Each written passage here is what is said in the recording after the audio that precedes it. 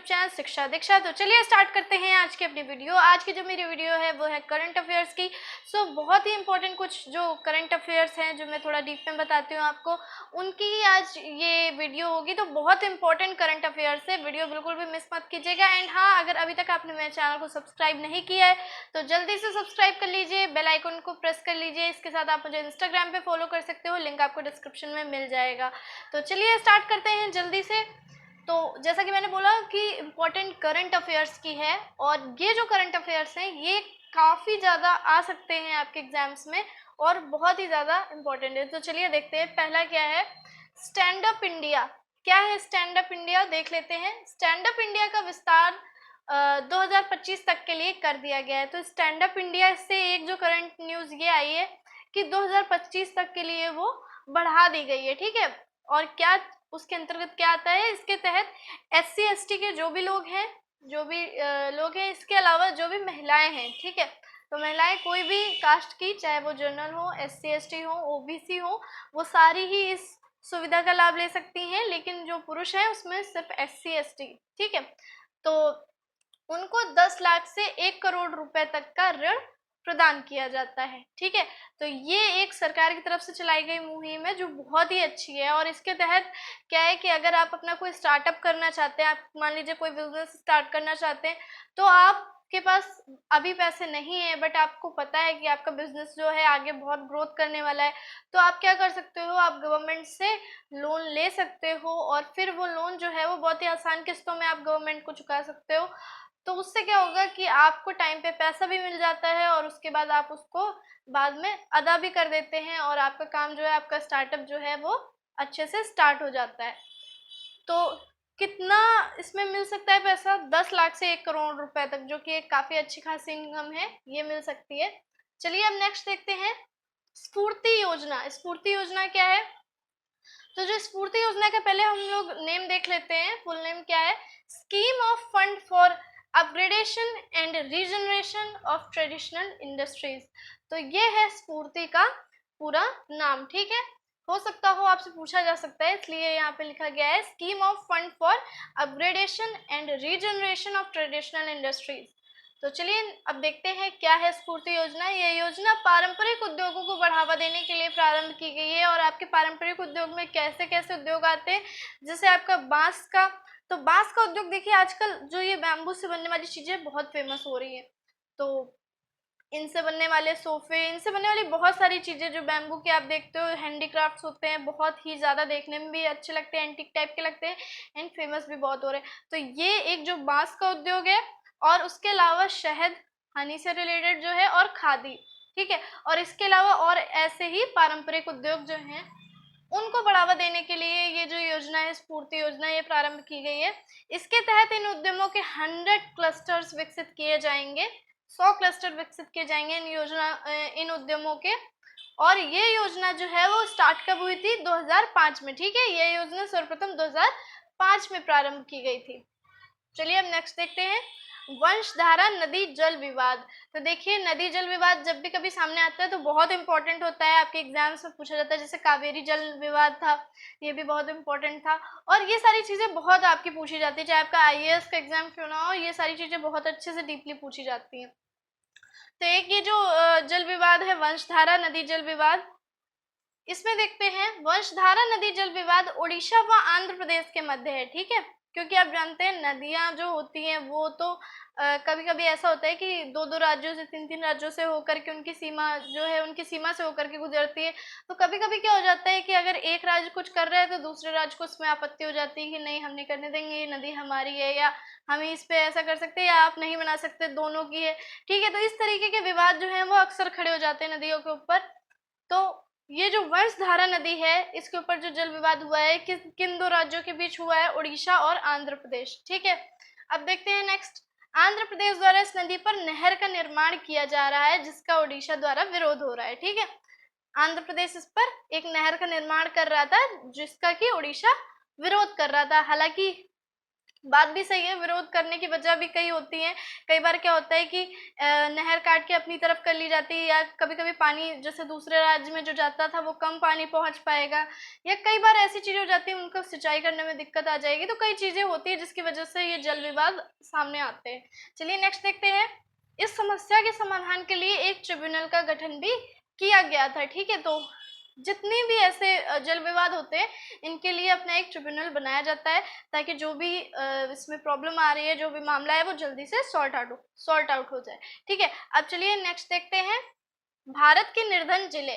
तो भारत के निर्धन जिले देखते हैं कौन सा जिला है जो सबसे ज्यादा निर्धन है। तो देखिए भारत का सबसे निर्धन जिला मध्य प्रदेश का अलीराजपुर है, ठीक है। तो निर्धन जिले में जो सबसे टॉप पे है वो कौन सी जगह है? मध्य प्रदेश का अलीराजपुर, ठीक है। ये जिला सबसे ज्यादा निर्धन है, ठीक है। देखते हैं यहाँ कितनी आबादी। तो देखिए यहाँ 76.5% की जो आबादी है वो जनसंख्या निर्धनता रेखा से नीचे। आप सोच सकते हो यहाँ का पुअर्टी लेवल कितना है, कि जो पुअर्टी लेवल से नीचे की लाइन पे इतने ज्यादा लोग हैं यहाँ पे 76.5%, ठीक है। उसके बाद देखते हैं भारत के आधे से अधिक निर्धन मात्र 4 राज्यों में, जो कि बहुत बड़ी बात है। बिहार, झारखंड, उत्तर प्रदेश, मध्य प्रदेश, ये 4 राज्य पूरे अकेले इतनी आबादी होल्ड करते हैं जितने की मतलब गरीब आबादी होल्ड करते हैं जितने की बाकी के भारत के राज्य, ठीक है। तो सिर्फ इन 4, वैसे हालांकि उत्तर प्रदेश जो है आपका वो है भी काफी बड़ा, और बिहार वगैरह में भी काफी। तो ये कई चीजों की वजह से है निर्धनता यहाँ पे। शिक्षा की कमी, रोजगार की कमी, कई चीजें हैं जिनकी वजह से यहाँ पे निर्धनता का जो लेवल है वो बहुत ज्यादा है पॉवर्टी का। उसके बाद देखिए एक ये जो फैक्ट आया है, ये फैक्ट काफी इंपॉर्टेंट है। अलीराजपुर यानी कि जो अभी मैंने मध्य प्रदेश का आपको निर्धन जिला बताया सबसे ज्यादा, वो क्या है? अफ्रीकी देश सिएरा लियोन में निर्धनता अनुपात में समान है, ठीक है। यानी कि जो अफ्रीकी देश है सिएरा लियोन, और जो यहाँ हमारे इंडिया का एमपी का अलीराजपुर जो जिला है, उन दोनों की जो निर्धनता का रेशियो है वो आपस में इक्वल है। चलिए अब देखते हैं नेक्स्ट। पोलावरम बहुउद्देशीय परियोजना क्या है? ये पोलावरम बहुउद्देशीय परियोजना, तो इसे इंदिरा सागर परियोजना के नाम से भी जाना जाता है, ठीक है। नाम आपको दोनों याद होने चाहिए, हो सकता हो किसी भी एक नाम से पूछ लेते हैं। तो जो पोलावरम परियोजना है उसी को हम इंदिरा सागर परियोजना के नाम से भी जानते हैं। उसके बाद देखिए नेक्स्ट, जो आंध्र प्रदेश के पश्चिमी गोदावरी नदी के तट पर स्थित है, ठीक है। यानी कि ये जो इंदिरा सागर परियोजना है वो आंध्र प्रदेश के पश्चिमी गोदावरी नदी के तट पर स्थित है। उसके बाद देखते हैं नेक्स्ट, इसके तहत कृष्णा गोदावरी नदियों के जल को आपस में जोड़ा जाना है। क्या किया जाना है इसके तहत? कृष्णा नदी है और जो गोदावरी नदी है उसके जल को आपस में क्या किया जाना है? जोड़ा जाना है। तो ये हो जाएगी आपकी पोलावरम बहुउद्देशीय परियोजना। तो निर्माण हो चुका है और कहाँ पर हो रहा है? आंध्र प्रदेश के पश्चिमी गोदावरी नदी के तट पर, ठीक है। चलिए नेक्स्ट देखते हैं फिर से। भारत की सबसे लंबी विद्युतीकृत जो है सुरंग, तो भारत की सबसे लंबी विद्युतीकृत सुरंग बनी है, कहाँ बनी है, क्या लंबाई है, ये सब देख लेते हैं। यह सुरंग जो है दक्षिण मध्य रेलवे द्वारा, मैंने आपको जोन बताए थे जब रेलवे के बारे में बताया था तो उसमें से एक जोन बताया था आपको, दक्षिण मध्य रेलवे जोन। तो यह सुरंग दक्षिण मध्य रेलवे द्वारा आंध्र प्रदेश में बनाई गई है। कहाँ पे बनाई गई है? आंध्र प्रदेश में बनाई गई, ये याद रखना है आपको। चेरलोपल्ली से रापुरू, ठीक है, चेरलोपल्ली से रापुरू के मध्य इसकी लंबाई, मतलब जो जगह है वो चेरलोपल्ली से लेके रापुरू तक के बीच ये जो टनल है, सुरंग है, इसको बनाया गया। और इसके मध्य इसकी लंबाई कितनी है? 6.6 किलोमीटर, ठीक है। यहाँ पे पॉइंट लगा हुआ है, ध्यान रखिएगा, छाछट नहीं लिखा है, 6.6 किलोमीटर, ठीक है। तो इसकी जो लंबाई है वो कितनी है? 6.6 किलोमीटर, और चेरलोपल्ली से लेके रापुरू के बीच है। अब चलिए नेक्स्ट देखते हैं ये बहुत इंपॉर्टेंट है, प्रवास, ठीक है। प्रवास यानी आप जानते हैं इमिग्रेशन, सॉरी माइग्रेशन। तो लोग क्या करते हैं? माइग्रेट कर जाते हैं। जैसे मान लीजिए कानपुर में रहने वाले लोग दिल्ली जा रहे हैं, या फिर कहीं एमपी में रहने वाले लोग मुंबई जा रहे हैं। वो काम के चक्कर में कई जगह ऐसा होता है कि लोग क्या करते हैं? माइग्रेशन करते हैं, ठीक है, जिसको बोलते हैं प्रवास, ठीक है। तो देखिए ये जो रिपोर्ट है, रिपोर्ट के अकॉर्डिंग क्या है, हर चौथा भारतीय अपने मूल स्थान से प्रवास कर रहा है। ठीक है, यानी कि जितनी जो भारत की जनसंख्या उसमें के समझ सकते हैं आप कि हर चौथा व्यक्ति जो है वो जहाँ रहता था वहां से वो प्रवास कर रहा है, यानी कि वहां से वो जा रहा है। ठीक है, सर्वाधिक प्रवासी कहाँ पे है? महाराष्ट्र में। और सबसे ज्यादा जो जनसंख्या बाहर से प्रवास कर रही है वो आके बस कहाँ रही? सबसे ज्यादा जनसंख्या जो बाहर के लोग बसे हुए हैं वो महाराष्ट्र में है। ठीक है, जबकि यूपी व बिहार से सर्वाधिक व्यक्ति अन्य राज्यों में प्रवास के लिए गए हैं। यानी कि सबसे ज्यादा लोग जो हैं वो माइग्रेट कहाँ के कर रहे हैं? सबसे ज्यादा लोग कहाँ के प्रवास कर रहे हैं?